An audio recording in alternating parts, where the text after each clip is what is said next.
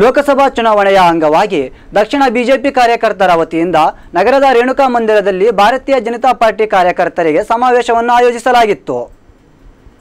ನಗರದ ರೇಣುಕಾ ಮಂದಿರದಲ್ಲಿ ಬಿಜೆಪಿ ದಕ್ಷಿಣ ವಿಧಾನಸಭಾ ಕ್ಷೇತ್ರದ ವತಿಯಿಂದ ಬಿಜೆಪಿ ಕಾರ್ಯಕರ್ತರಿಗೆ ಸಮಾವೇಶವನ್ನು ಹಮ್ಮಿಕೊಳ್ಳಲಾಗಿತ್ತು. ಈ ವೇಳೆ ಸಂಸದ ಜಿಎಂ ಸಿದ್ದೇಶ್ವರ್ ಮಾತನಾಡಿ, ಜಿಲ್ಲೆಯ ಅಭಿವೃದ್ಧಿಗಾಗಿ ಸುಮಾರು 10,000 ಕೋಟಿಗೂ ಹೆಚ್ಚು ಅನುದಾನವನ್ನು ತಂದಿದ್ದೇನೆ. 2014ರಲ್ಲಿ ಅಶೋಕ ರೈಲ್ವೆ ಮೇಲ್ಸೇತುವೆಗಾಗಿ 35 ಕೋಟಿ ರೂಪಾಯಿ ಮಂಜೂರು ಮಾಡಿಸಿ 10-15 ಸಭೆಗಳನ್ನು ನಡೆಸಿದರೂ ಕಾಂಗ್ರೆಸ್ ನಾಯಕರು ಸ್ಪಂದಿಸಿಲ್ಲ. ನಾನು ಸಚಿವನಾಗಿದ್ದ ಸಂದರ್ಭದಲ್ಲಿ ವಿಮಾನ ನಿಲ್ದಾಣಕ್ಕಾಗಿ 500 ಎಕರೆ ಜಾಗ ಕೊಡಿ ಎಂದು ಕೇಳಿಕೊಂಡೆ. ಆದರೆ ಯಾವುದೇ ಜಮೀನು ಖರೀದಿ ಮಾಡದೆ ಸ್ವಾರ್ಥ ರಾಜಕಾರಣ ಮಾಡುತ್ತಿದ್ದಾರೆ.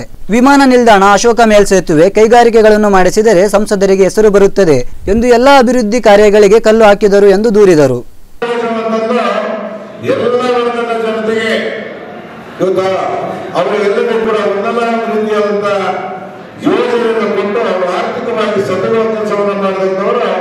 ಸನ್ಮಾನ್ಯ ನರೇಂದ್ರ ಮೋದಿಜಿಯವರು ನಾನು ಕೂಡ ಈ ಜಿಲ್ಲೆ ಒಳಗೆ ಸುಮಾರು 10,000 ಕೋಟಿಗಿಂತ ಹೆಚ್ಚು ಹಣವನ್ನು ಜಿಲ್ಲೆಗೆ ತಂದಿದ್ದೇನೆ.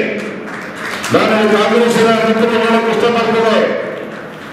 ಬಹುಶಃ ಕಾಂಗ್ರೆಸ್ಸಿನ ಮಿತ್ರರು ಹೇಳಿದರೆ ಮೆಂಟಲ್ ಆಸ್ಪತ್ರೆಯಿಂದ ಅಗಲಲ್ಲ ಹೇಳ್ತಾರೆ ಅಂತೇಳಿ ರೈಲ್ವೆ ಗೇಟು ಅಶೋಕ ಗೇಟ್ ಹತ್ರ 30 ಮಾಡೋಕ್ಕಾಗಿಲ್ಲ ಅಂತ ಹೇಳಿದರೆ ಪುಣ್ಯಾತ್ಮ ಕಾಂಗ್ರೆಸ್ನನು 2014ನೇ ಇಸ್ವಿಯೊಳಗೆ ನಾನು ರೈಲ್ವೆ ಗೇಟ್ಗೆ 35 ಕೋಟಿ ರೂಪಾಯಿ ಮಂಜೂರಾತಿ ಮಾಡಿಸಿದೆ.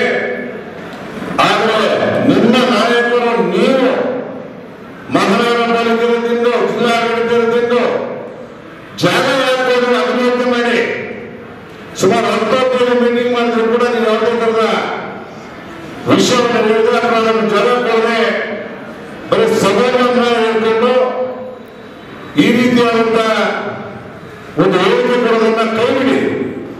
ನಾವು ಮಾಡಿದ್ದು ನಾವು ಇರ್ತೀವಿ, ನೀವು ಮಾಡಿದ್ದೀವಿ.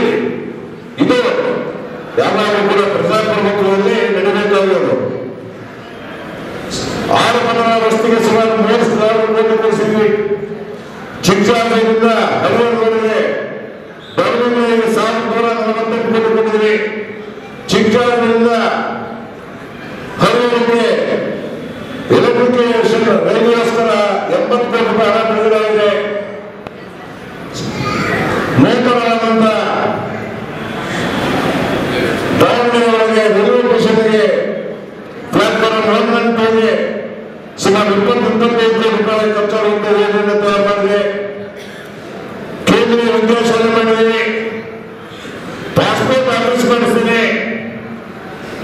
ಇದು ಹಲವಾರು ಯೋಜನೆ ಜೊತೆಗೆ ಕೈಗಾರಿಕೆಗೋಸ್ಕರ ನಮ್ಮ ಜಿಲ್ಲೆ ಒಳಗೆ ದಾವಣಗೆರೆ ಒಳಗೆ ಹಿಂದೆ ರವೀಂದ್ರನಾಥ್ ಅವರು ಮಂತ್ರಿಯಾಗಿದ್ದಂಥ ಸಂದರ್ಭದಲ್ಲಿ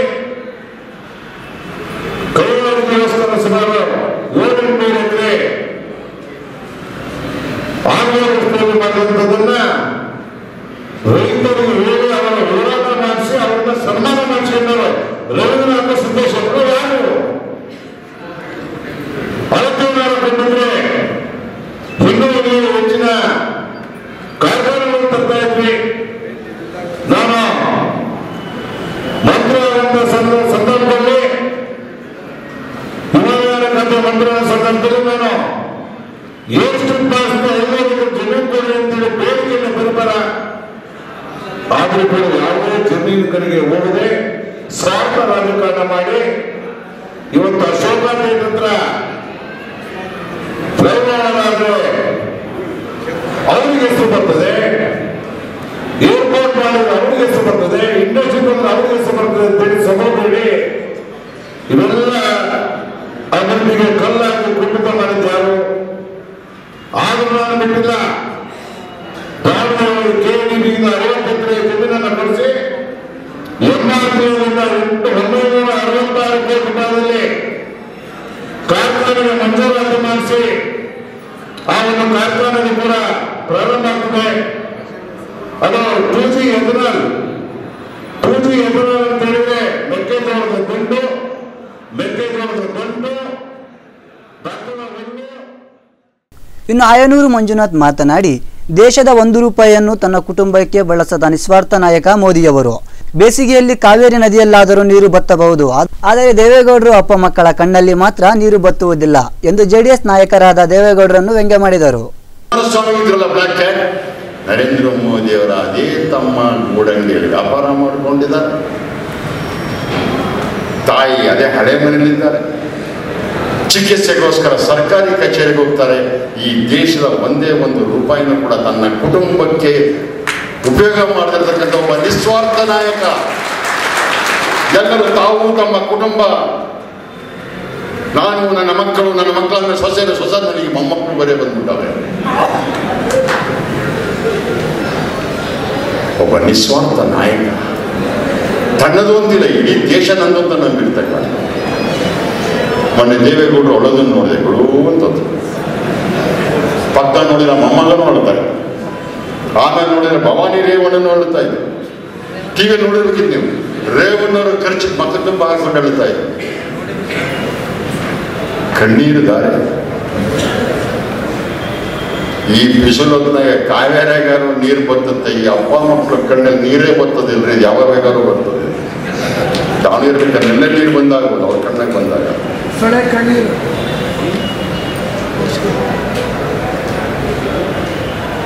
ಬರೀ ಕಾಂಗ್ರೆಸ್ ಮುಕ್ತ ಭಾರತ ಅಲ್ಲ ಇದು, ಕಣ್ಣೀರು ಮುಕ್ತ ಕರ್ನಾಟಕನೂ ಮಾಡಬೇಕು. ಯಾಕಂದ್ರೆ ಮೊನ್ನೆ ಇದೇ ಕುಮಾರಸ್ವಾಮಿ ಅಸೆಂಬ್ಲಿ ಚುನಾವಣೆಗೆ ನಾನು ಬದುಕಬೇಕು ಅಂತಿದ್ರೆ ನನಗೆ ಓಟು ಕೊಡ್ರಿ ಅಂತ ಮುಖ್ಯಮಂತ್ರಿ ಆಗಕ್ಕೆ, ನಾನು ಸದೋಗ್ಬಿಡ್ತೀನಿ ಓಟು ಕೊಡಿ ಅಂತ ಕೇಳಿದಂಥ ಒಬ್ಬ ರಾಜಕಾರಣಿ ಇಡೀ ದೇಶದಲ್ಲಿ ಯಾವ್ದಾದ್ರು ರಾಜ್ಯದಲ್ಲಿದ್ರೆ ಅದು ನಮ್ಮ ಕರ್ನಾಟಕದಲ್ಲಿ ಅದು ಕುಮಾರಸ್ವಾಮಿ. ಅದು ಎಲ್ಲಿಟ್ಕೊಂಡವ್ರ ಬಟನ್ ಒತ್ತಿದ ತಕ್ಷಣ ಬರ್ತಾರೆ ಕಣ್ಣಾಗೆಲ್ಲ. ಸಮರ್ಥನೆ ಕೊಟ್ಟರು ಮಾನಸ ದೇವೇಗೌಡರು. ನಾನು ಅಂತಿದ್ದು ಯಾಕೆಂದ್ರೆ 60 ವರ್ಷಗಳ ಕಾಲ ಹಾಸನ ಜಿಲ್ಲೆಯಲ್ಲಿ ಆ ಜನ ನನ್ನನ್ನು ಬೆಳೆಸಿದ್ರು. ಅದನ್ನು ಬಿಟ್ಟು ಬರಬೇಕಾದ್ರೆ ನನಗೆ ದುಃಖ ತಡೆಯಕ್ಕಾಗಲ್ಲ. ಎಲ್ಲಿ ಬಿಟ್ಟು ಬಂದ್ರಿ ತಾವು? 60 ವರ್ಷ ಹಾಸನ ಜಿಲ್ಲೆ ನಿಮ್ಮನ್ನ ಬೆಳೆಸಿದ್ರು.